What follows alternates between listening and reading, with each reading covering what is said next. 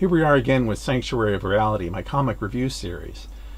Now it's time for Cerebus number 25, This Woman, This Thing.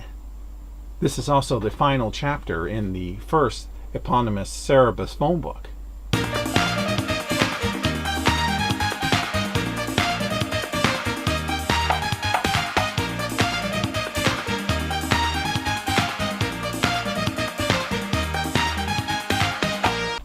Cerebus, his leg finally healed, heads with Professor Charles X. Claremont and his apocalypse beast, known as Woman Thing, on a mission of revenge against the professor's former peers.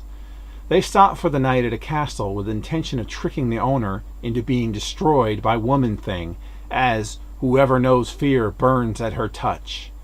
Instead, the castle's resident, the artist, is impressed with the creature's design. He's completely unafraid of the beast and wants to buy her. It turns out the artist has his own apocalypse beast, the being called Something. Can the professor gain control of two creatures of immense destruction? Will Cerebus ever be able to get back to his stashes of gold back over in his cottage? The artist will be back during high society, while Professor Claremont, Woman Thing, and Something will all be back later on during Church and State. Woman Thing is a parody of Marvel Comics creature Man Thing, and Something is a parody of DC Comics character Swamp Thing. Hard to believe those two aren't ripoffs of each other. Go figure. It's an okay issue. It's not my favorite. It's probably in my bottom 5 issues of Cerebus. I'm not a big fan of the issues where Cerebus isn't the main character to at least some degree.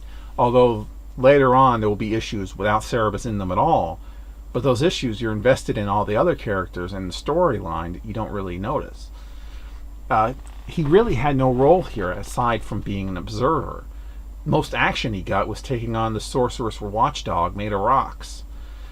This book, this particular phone book, to me ends with a bit of a whimper, albeit a very well-drawn, well-structured, funny whimper.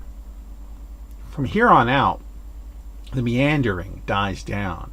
The book focuses sharply upon an overarching plot, and things finally gel. It gets a good status quo that it hangs on to for each book.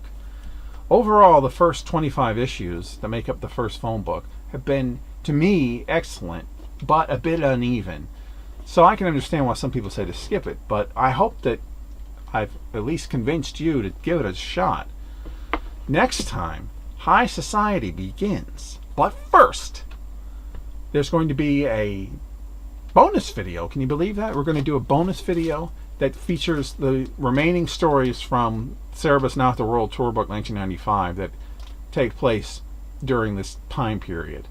So check that video out later on today, or if you're watching this in the future, check it out now.